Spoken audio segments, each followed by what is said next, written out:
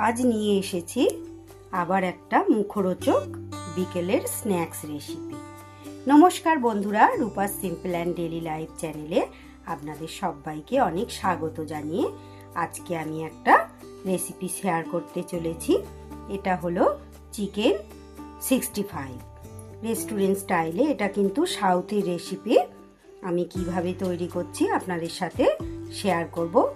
বিকেলের এটা স্ন্যাক্স, খুব সুন্দর লোভনীয় একদম খেতে। চিকেনের রেসিপি তো আমাদের প্রত্যেকের খুব ভালোই লাগে, ছোট বড় সবাই। দারুণ, খুব সুন্দর মুচমুচে, আর মানে ভেতরটা একদম নরম আর ওপরে একদম মুচমুচে। কি সুন্দর আমি বানিয়েছি। আপনারা দেখতে থাকুন কিভাবে আমি তৈরি করলাম। প্লিজ বন্ধুরা পুরো ভিডিওটা আপনারা দেখবেন, আর যদি ভালো লাগে একটা লাইক কমেন্ট করবেন, শেয়ার করবেন, আর অবশ্যই যারা আমার চ্যানেলটা এখনো সাবস্ক্রাইব করেননি একটা সাবস্ক্রাইব করে দেবেন প্লিজ বন্ধুরা। তাহলে দেখতে থাকুন আমি কিভাবে তৈরি করছি আমার আজকের রেসিপি। প্রথমে আমি চিকেনটাকে মেরিনেশন করে নেব। এইভাবে টুকরো করে করে আমি কেটে নিয়েছি। দেখুন, এইভাবে ভালো করে কেটে ধুয়ে পরিষ্কার করে জল ঝরিয়ে রেখেছি। দুবার করে আমার মেরিনেশন করতে হবে। প্রথম মেরিনেশনে দিয়ে দেব আমি 150 গ্রামের মতো টক দই। তারপরে দেব 2 চামচ আদা রসুন আর কাঁচা লঙ্কা বাটা। এরপরে দিয়ে দেব আমি একটা ডিমের সাদা অংশটা, আর দেব এটা আছে আমার গোলমরিচ গুঁড়ো আর কাশ্মীরি লঙ্কার গুঁড়ো 1 চামচ করে। আর এটাতে আছে আমার 2টো কাঁচা লঙ্কা কুচোনো আর কিছুটা কারি পাতা খুব ছোট করে কুচিয়ে নিয়েছি। এবার এগুলো আমি সব একসাথে মেখে নেব। এখন কিন্তু বন্ধুরা আমি নুনটা দিলাম না, নুনটা পরের মেরিনেশনে দেব। এখন থেকে নুনটা দিলে চিকেনের জলটা কিন্তু ছেড়ে দেবে, তাই জন্য এবার এইগুলোকে আমি খুব ভালো করে মেখে নেব।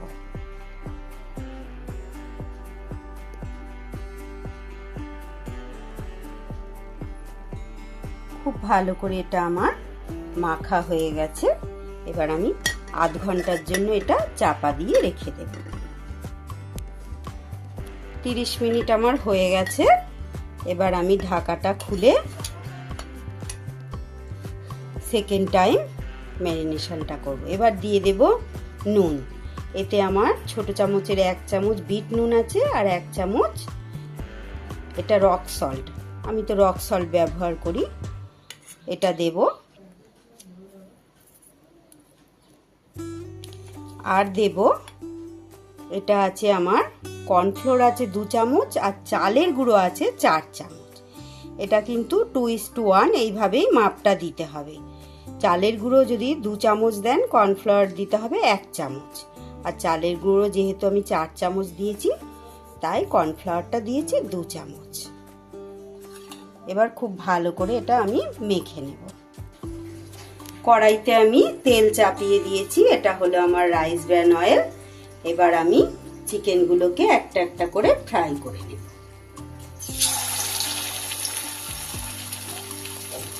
মাঝারি আঁচে আমি ফ্রাই করব, না হলে কিন্তু ওপরটা লাল হয়ে যাবে, কিন্তু ভিতরে চিকেনগুলো কাঁচা থেকে যাবে। এইভাবে আমি একটা একটা করে সব চিকেনগুলোকে ফ্রাই করব।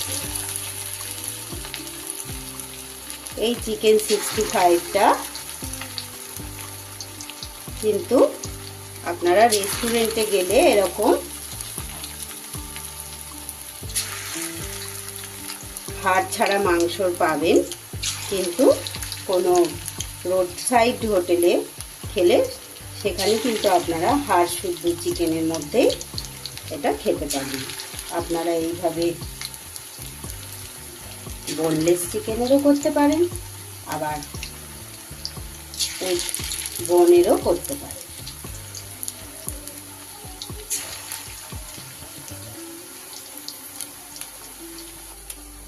দেখুন বন্ধুরা, এইগুলো আমি লাল লাল করে ভেজে তুলে নিয়েছি। আবার এগুলোও আমার বেশ লাল লাল করে ভাজা হয়ে গেছে। আরও কিছুটা আছে এতে, এটাও আমি আস্তে আস্তে সব ভেজে নেব।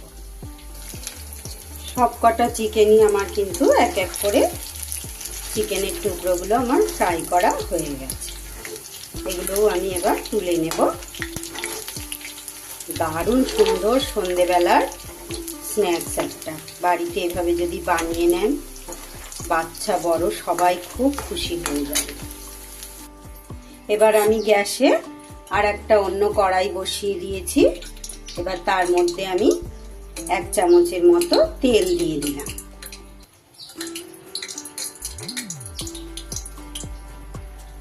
চিকেন যে তেলে ভেজেছি সেই তেল থেকেই কিন্তু তেলটা দিয়ে দিয়েছি। এবার আমি এতে দিয়ে দেব 1 চামচ রসুন কুচি আর কয়েকটা কারি পাতা, আর দিয়েছি 4টে কাঁচা লঙ্কা চেরা।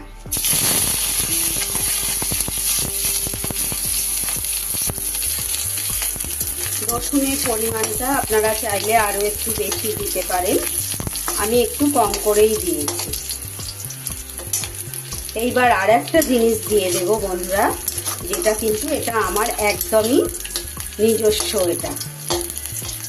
এটা কিন্তু সাউথের রেসিপি। সাউথের রেসিপির মধ্যে কিন্তু এই জিনিসটা দেয় না। আমি দিয়ে দেব সস। এতে আমার ছোট চামচের 1 চামচ সোয়া সস,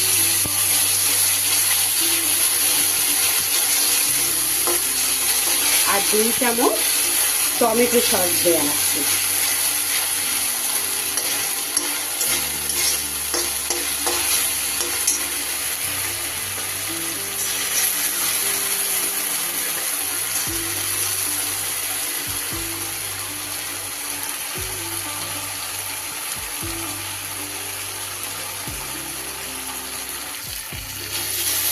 সসটা কিন্তু একদম অপশনাল, এটা আমার নিজস্ব।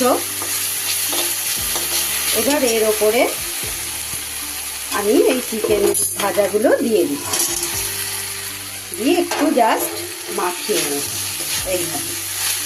বেশি দিলে কিন্তু এটা আবার মুচমুচে যে ভাবটা সেটা কিন্তু একদম নষ্ট হয়ে যাবে। তাই খুব সামান্যভাবে এটা আমি মিশিয়ে দিই।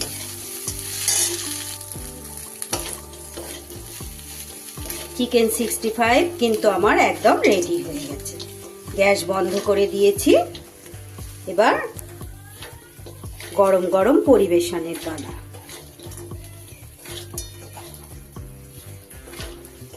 দেখুন বন্ধুরা, কত সুন্দর টেস্টি দেখতে হয়েছে।